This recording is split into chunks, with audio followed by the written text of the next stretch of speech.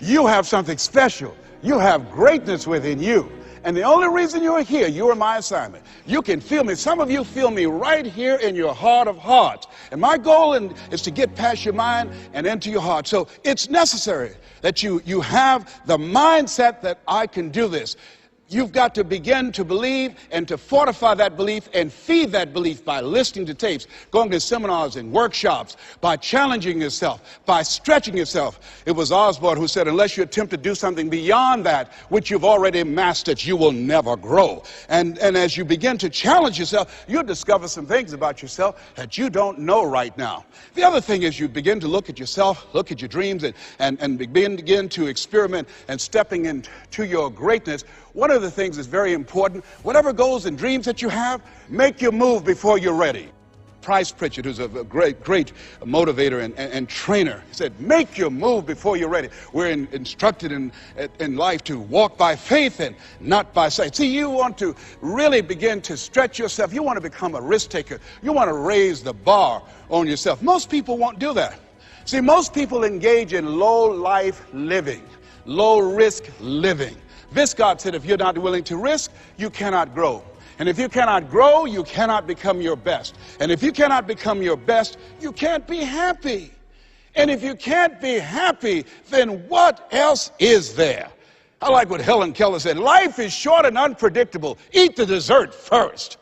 And so you want to begin to take some chances. You want to begin to challenge yourself and make it okay to fail and learn from your failures. Don't allow fear of failure and the allure, the attractiveness of playing it safe in life to draw you in. You can't get out of life alive. You've got to die to leave here. Other thing is you look at yourself and look at your dreams, detoxify your life, write that down.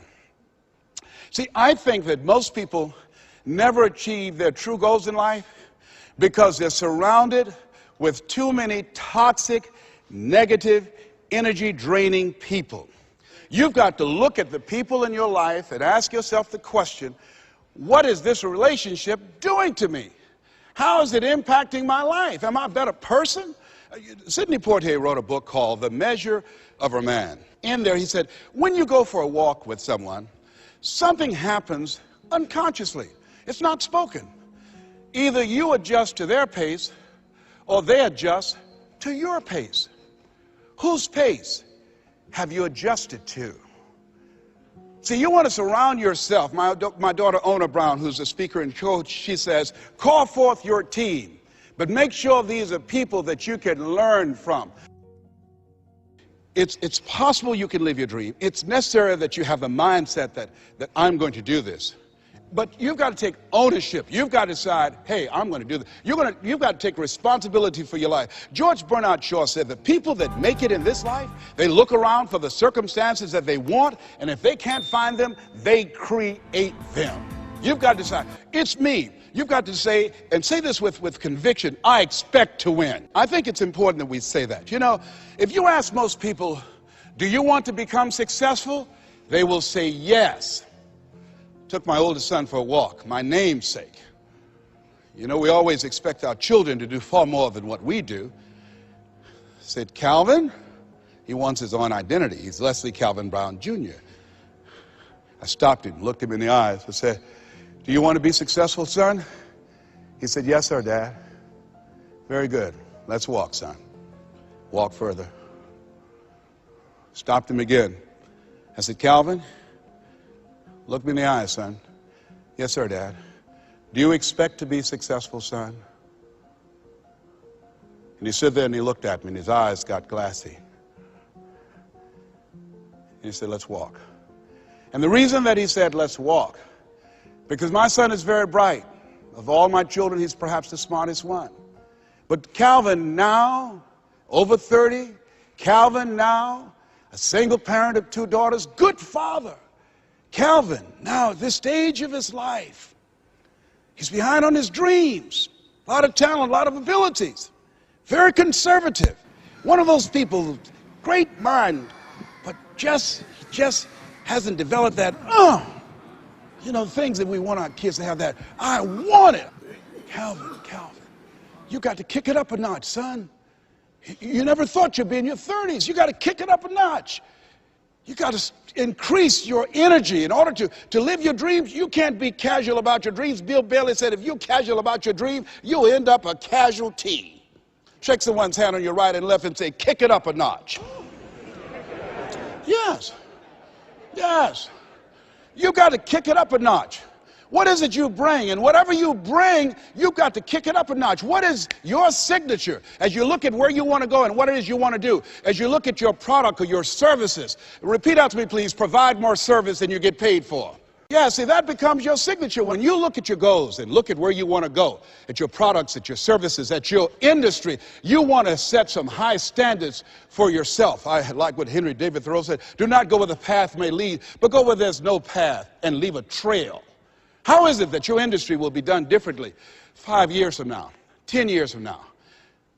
What is your reputation in your industry? When you come into a room and you leave, what's the scuttlebutt about you? Do people say, hey, that's a go-to person. That's a person, if you ask them to do that job, you're talking about the job being done. It will be done extremely well. Are you known for that person that to believe that I could do this? It was hard. Never forget, my son said, Daddy, are you going to die? Why are you asking me that? You're not going out much. You're not the bubbly personality that I know you to be. You're not talking much. You're spending a lot of time in the room by yourself, Dad. Are you going to surrender? Are you giving up? Are you going to let that doctor's opinion become your reality? Will my daddy see me graduate? Yes, yes, son, yes, yes. I'm going to fight. No, I don't think it's my time yet. I'm going to see you graduate, but more than that, I've got some other things that I'm going to do with my life. And I thank you for asking me that. But I must tell you that I'm scared. I'm scared. And I've never been in this situation before. It's been easy for me to talk to people and encourage people when they've had challenges in their lives. But it's me, and I don't feel less than a man in admitting this to you. Yes, I'm scared, and I need some help. Repeat after me, please. Ask for help, not because you're weak, but because you want to remain strong. And ask for help, and don't stop until you get it. Yes, see, life is hard, and there are some moments in life when you're going to need some help. You're going to need somebody to speak to you.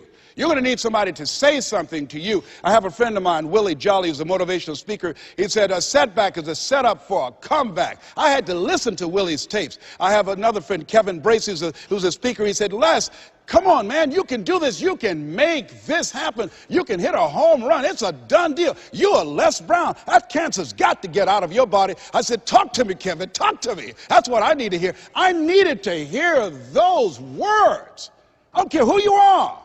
Many people won't allow themselves to ask for help because of pride. Pride cometh before a fall. Because of ego. Ego means edging God out. No, ask for help.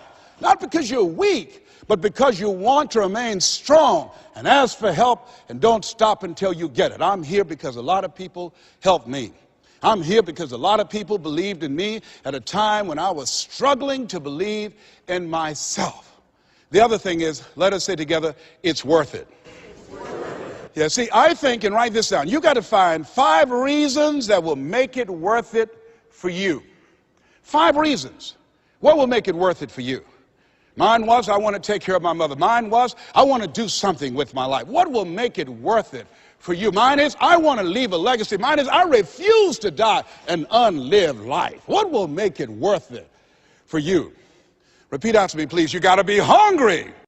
No one could have convinced me that I would be doing what I'm doing right now. You know, the easiest thing I do every year is go into a sales organization and dramatically increase their sales, or go into a prison and enable prisoners to see themselves differently and teach them the methods and techniques of how to plug into the system, or motivate young people to begin to see how they can have a vision of themselves in the future and fit. That's the easiest thing I do, or train a speaker to help them to leverage their experience as a speaker and say, look, speaking is a projection of who you are, not who you think you ought to be, and come with power from a platform. That's the easiest thing I've ever done. Let me share with you the most difficult thing I've ever done. The most difficult thing I've ever done was to believe that I can do what I'm now doing.